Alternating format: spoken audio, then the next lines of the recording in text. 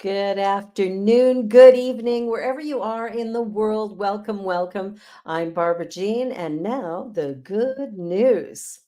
Yay, Fridays. Well, we start off with a remarkable story. I'll tell you, young people today, I'll tell you, they're amazing. So there is a stranger who carried a senior hiker for hours on his back after she fell and couldn't walk. I mean, how great is that? A woman who broke her leg while hiking was rescued by a trio of strapping young whippersnappers who carried her all the way down the mountain on their backs. Even realizing she'd be alone for the 3.2-mile trek, Ursula Bannister had been confident of getting to the place where she scattered her mother's ashes 23 years ago. She'd gone up there many times before. For anyone who's taken the trail to High Rock Lookout, a viewpoint near Ashford in Washington, they know it's hard and steep. As the 79-year-old Bannister predicted, she made it to the top, left some flowers, and began heading back down. Catching a hole in the trail bed with her foot, she fell forward hard, and by the time she turned herself right side up, she saw her foot was pointing in the wrong direction. Ouch. In pain, she cried out for help, and before long, a group of three young hikers came to her side and called 911. A search and rescue team said they'd be there in 5 hours, discouraging everybody. 20-year-old Troy May, an Air Force airman, was hiking up the lookout that day with his fiance and a friend, Leighton Allen. Bannister asked them if they had any painkillers, to which they replied they did not. And realizing the woman had nothing to help her strap in for 5 upcoming hours of agony, May took some action.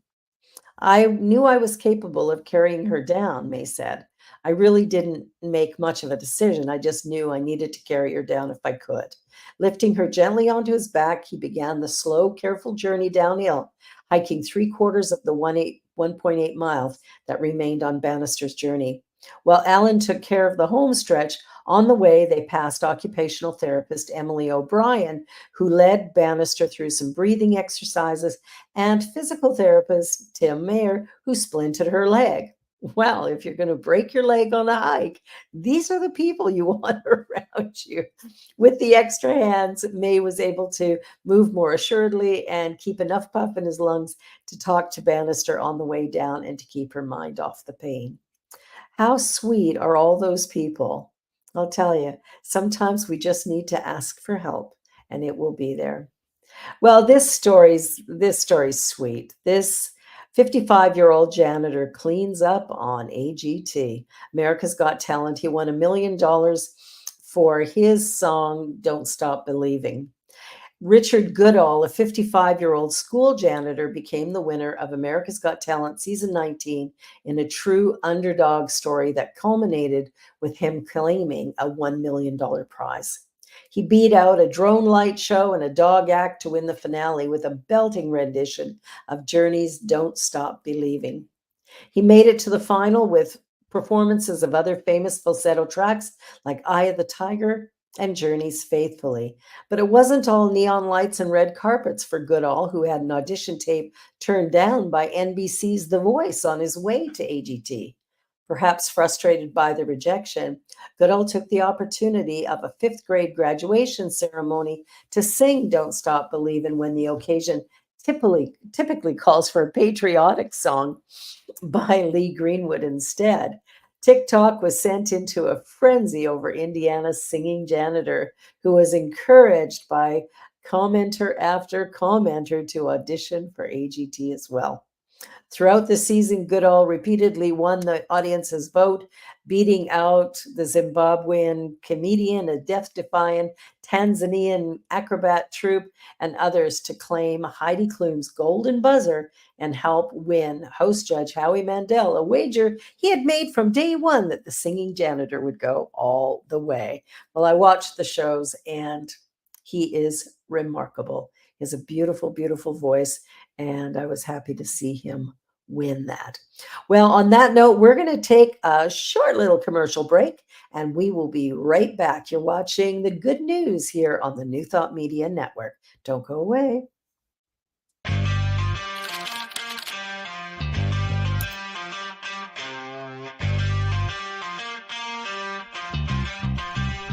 Thought Media Network.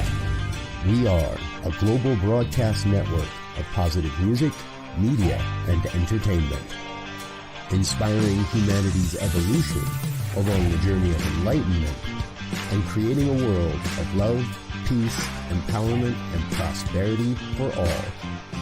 New Thought Media Network. Positively inspiring.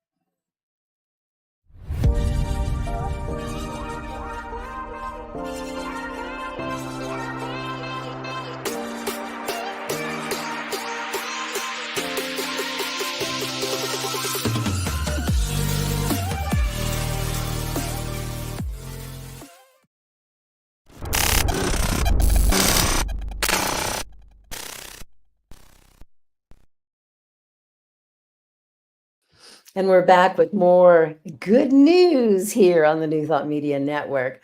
Well, this story is, it's an important one, a really important one. Gene therapy at Duke improves um, North Carolina's dad's failing vision just in time for his baby's birth. A touching story comes now from North Carolina of a man who saw a reversal in his progressive blindness just in time to see the face of his newborn son. The new father was born with retinitis pigmentosa, and now, even from a young age, knew from a young age that it meant total loss of vision. Tyler Wilfong never had nearsight, and by 23, he had his driver's license revoked for the loss of peripheral vision. Gradually, he had to rely more and more on help from others to get around. It was inevitable, but I kept my faith in God, and I just had a feeling that one day something would change, he recalled to CBS. And 30 some years later, here comes the opportunity.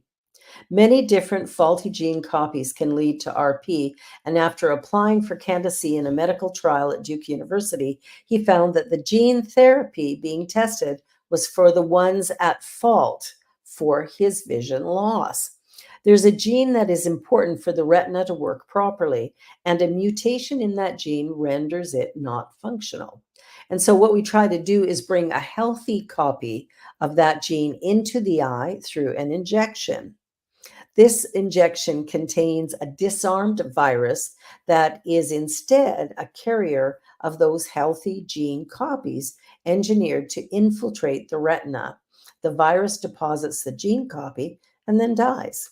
In the spring, Wilford received his functional copy in one eye and within hours realized he could see the hand in front of his face, something which he had never been able to do before. The defective gene copy that Wilfong was born with is responsible for merely 1% of the 100,000 Americans who suffer from RP. And Dr. Alexiv says his colleagues across the country really have their work cut out for them to expand on the gene therapy treatment. But for Wilfong, seeing his hand was just the start. Beholding his baby boy was the real reward for his faith in the divine and perhaps in modern medicine. It's been a blessing, he told CBS. It's made a world of difference. Just simple tasks that you don't even think of, like changing his clothes. Oh, how sweet is that? Way to go, Dad. That is an awesome, awesome thing. Well, speaking of awesome things, there's so many remarkable people, as we're finding out on this Friday night show. So this one is great. Trending moms are leaving gift cards in store diaper aisles for postpartum peer relief. Yes, postpartum peer relief. What a great idea. A rather unique story is sweeping America's social media. Moms leaving presents for other moms inside baby products.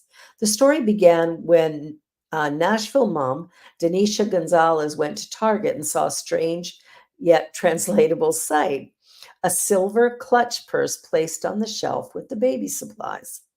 A mother, Gonzalez reasoned, had picked out the clutch, which retailed for $20, but gave up her own desires in order to provide for her baby. Gonzalez posted a video of it on her TikTok account, which later went viral.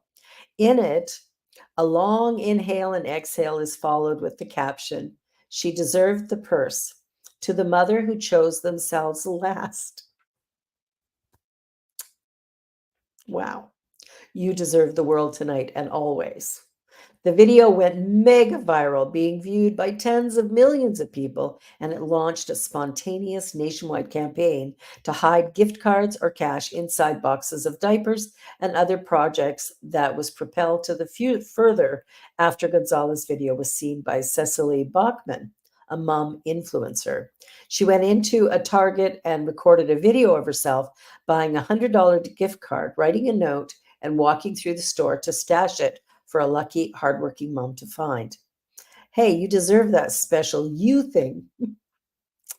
You are amazing. The note which she put in the bag of Huggies. Bachman called it the hashtag She Deserved the Purse Challenge. And the Washington Post reports there are now over 150 videos on TikTok under that hashtag, all featuring either women leaving gifts for their postpartum peers or finding the gifts and usually recording. Boy, I'm emotional. A tear soaked thank you video about it. There is so much kindness in our world.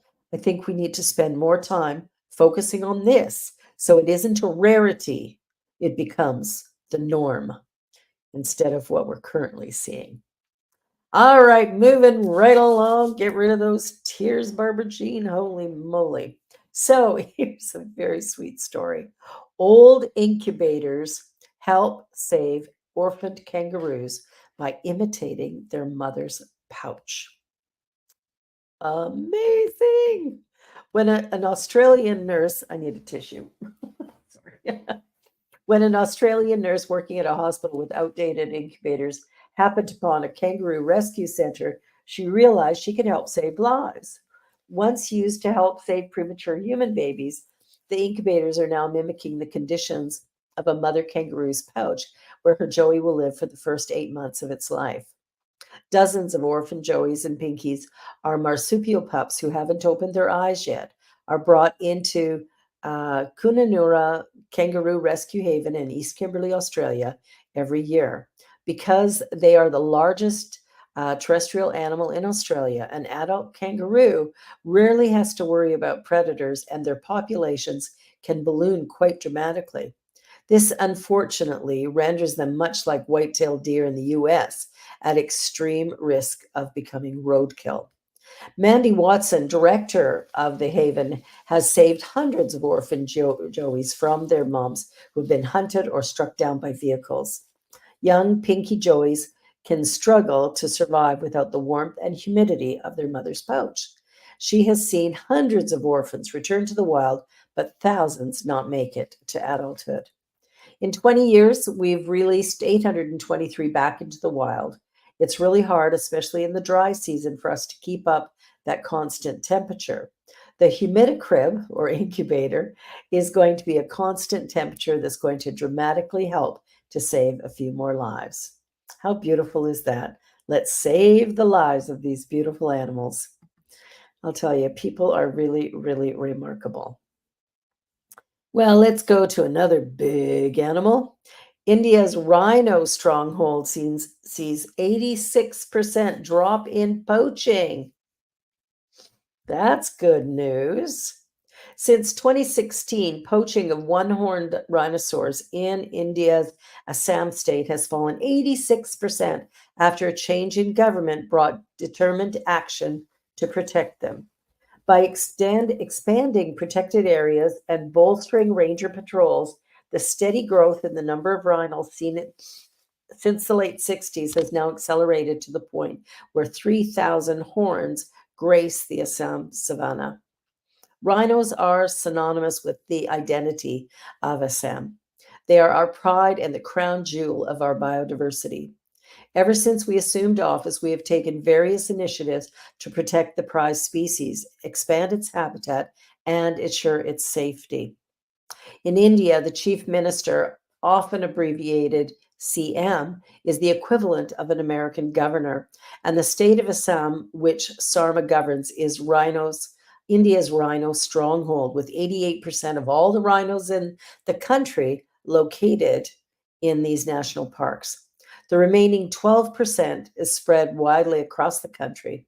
CM Sarma's tenure, which began in 2021, oversaw the addition of nearly 50,000 acres of habitat and another 50,000 to two other protected areas.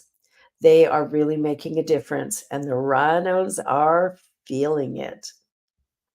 All right, well, moving along, we have got frozen in time, a 32,000-year-old woolly rhino found with skin, fur, and organs intact. Wow. Who knew? 4 years ago, someone came across an extraordinary find. A juvenile rhino from the Pleistocene mummified in the Siberian permafrost. Alerting the relevant authorities, the discovery turned out to be a 4-year-old woolly rhino with its fur, skin, and organs intact, offering paleontologists a rare glimpse into the biology of this Ice Age behemoth. The specimen was found in August 2020 on the banks of the river in Russia's Sakha Republic. Researchers from these institutes in Moscow just released a paper on their investigation into the animal. None of them were able to speak with Western news outlets, but the general consensus from scientists in the field not involved with the research is that the most notable discovery is the presence of a fatty hump around the shoulders, very similar to the one seen in modern camels. We know from skeletons and cave art that woolly rhinos had large shoulder humps. Maybe this is the first time fat has actually been discovered there, which for sure is a great discovery so far. Instead, it has been hypothesized that perhaps these woolly rhinos had reservoirs of calories stored in a camel-like hump for long, bleak winters. Other species of Ice Age animals had this same trick, but other research assumed it was part of the animal's display equipment. Well, the authors of the examination didn't explain how it was found, leading to the suspicion it was unearthed by mammoth ivory hunters. The animal's left half was so badly damaged they could only conclude it was eaten by predators, perhaps suggesting it was found after defrosting naturally from the permafrost. The specimen bore a light brown coat of fur, suggesting that rhinos were born with something like a blonde coloration that gradually darkened as hairs in preparation for adulthood. Wow, how cool is that? I am just so impressed with that. All right, here's a sweet little cutie pie. This is a really amazing bear. A black bear born without front legs has been sighted more or less thriving in the mountains of West Virginia. Though not unheard of, it's wild to be able to see the animal's natural movement, having been transformed by consequence of his birth from a quadrupedal, okay, a four-legged animal to a two-legged animal like us. We'll leave it at that. The area he's in has some of the steepest terrain in the Appalachian Mountains. He has no problem getting around. Price posted a video on his YouTube channel in 2022 explaining he had been aware that the bear was in the area and had seen still photos of him as far back as 2018. But the video was him explaining a face-to-face encounter he had with the animal, which he describes as just the toughest, baddest son of a gun. He also said that there were no signs the son of a gun was deadly underfed and that the encounter ended with the bear running up a steep hillside on his two hind legs like it was no bother. The most recent sightings must make this particular bear, according to Price's estimation, about 8 years old. Black bear cubs, he said, stay with their mums for 2 years. He hadn't been with his mother in 2018 in the trail camera photos, but he wasn't particularly large then, making a 2015-2016 birth possible. How cool is that? This sweet little bear. I have a kitten with 3 legs, so I know they can do quite well. They don't need those extra legs at all. Okay, this is very cool. A photographer discovers an ancient pendant thousands of years old on a Cornwall beach. 43-year-old Nikki Banfield says it always when she's, not looking for treasures on the beach, that she finds treasures on the beach. Recently, she came up with a glass cameo about the size of a penny with a depiction of a woman's face, an object that may be 200 years old, but could also be 2,000 years old. Cameos, Banfield explains to the English media service, are known as glyptics. These little ornaments are associated with ancient Greece and Rome and have been around for thousands of years. However, she adds that cameos became popular jewelry pieces throughout the Victorian period, leading to the confusion over its origin. Banfield adopted the handle the barefoot photographer due to venturing without shoes whilst capturing images from her local environment on the Isles of Sicily, a small archipelago off the tip of Cornwall, England, where she found the curio.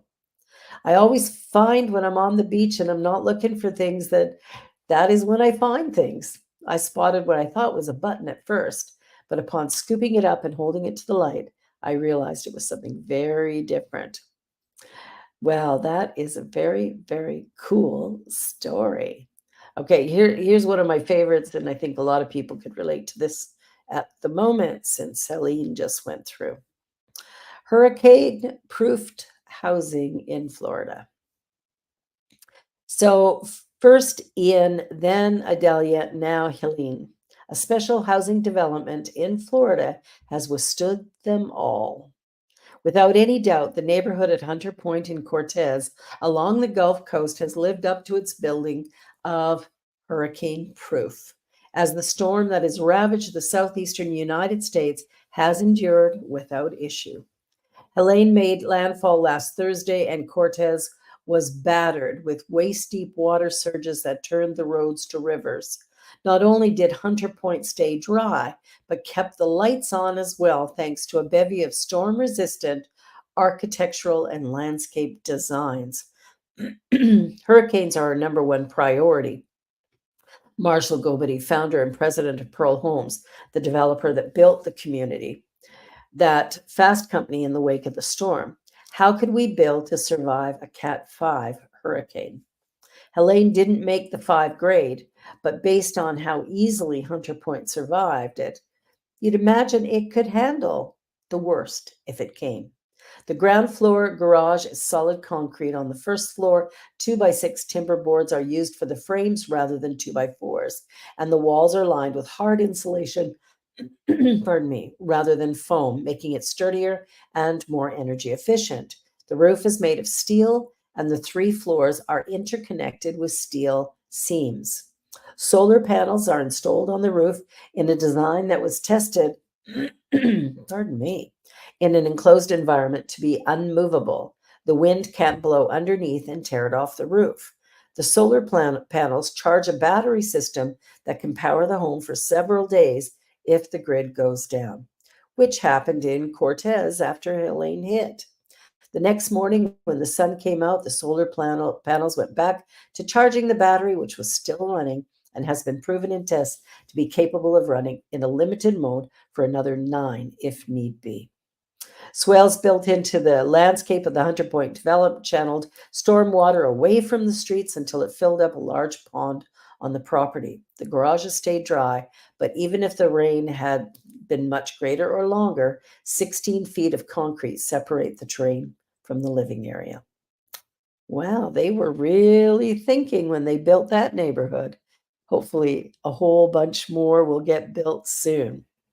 Well, here's a very cool story. A strange rock found on Mars with zebra markings has NASA scientists excited. Last month, well, trundling across the Martian landscape, the eyes of the Perseverance Mars rover settled on an extraordinary rock. Featuring black and white striation like alpine granite, it was NASA scientists excited that the rover is entering an area where new discoveries about the planet can be made. Citing it with the Mastcam Z, which controls the rover, took a closer look after identifying the rock, which looked entirely out of place. Currently ascending the vast Jezero crater on which it landed, the rover has recently found a spot of flat ground, allowing it to travel more freely. Having already collected samples of ancient river sediments, it's now climbing to higher elevations in search of ancient rocks. In June, while traversing Mount Washburn, Perseverance found a sparkly white boulder of feldspar and pyroxene, not too dissimilar to this white rock, which measured approximately half the size. Nicknamed Freya Castle, Perseverance posted up next to it for a spectrographic examination. The internet immediately lit up with speculation about what this zebra rock might be, and we've enjoyed reading their theories. Recalling Geology 101, we hopefully remember that rock is formed in three ways. Sedimentary rock is formed as a layer of soil, and organic matter are buried and compacted over millions of years. Igneous rock is formed when magma emerges from the Earth's crust in the form of lava, which then cools and solidifies. It's sometimes said that metamorphic rock, which forms stones used for building like granite and slate, is baked. It's formed when certain mineral compositions are joined under intense heat and pressure under the earth. Very, very cool. Our science lesson for today. Well, here's one more. Uh, this building caused like 1,000 bird deaths. So $1.2 million window decals shows Chicago how to be considerate. Be considerate. A Chicago real estate company has shelled out $1.2 million in a sophisticated suite of decals that will deter birds from crashing into glass windows. McCormick Place was alerted by local wildlife advocates that the glass facade of its Lakeside Center building had, during a single night in the autumn migration season, fatally attracted 1,000 birds to fly into it. McCormick Place is the largest convention center in North America, and the total area of the Lakeside Center's glass exterior, just one of its 5 buildings, is 2.6 acres. The Metropolitan Pier and Exposition Authority, which runs McCormick Place, got in touch with Feather Friendly Technologies, a Toronto-based firm that manufactures a special adhesive film. Talk about doing good work. Well, that's all we've got for this week. I want to thank you for joining. Remember, we're here every week, and the good news is the best way to start your weekend. So be sure to like, share, and subscribe. And hey, consider donating to the New Thought Media Network. Let's keep this baby alive. Keep the good news coming and all the prayers and the great messages available to all. Thank you for being here. Talk to you next time. I'm Barbara Jean, and I'll be back next week with more good news. Bye for now.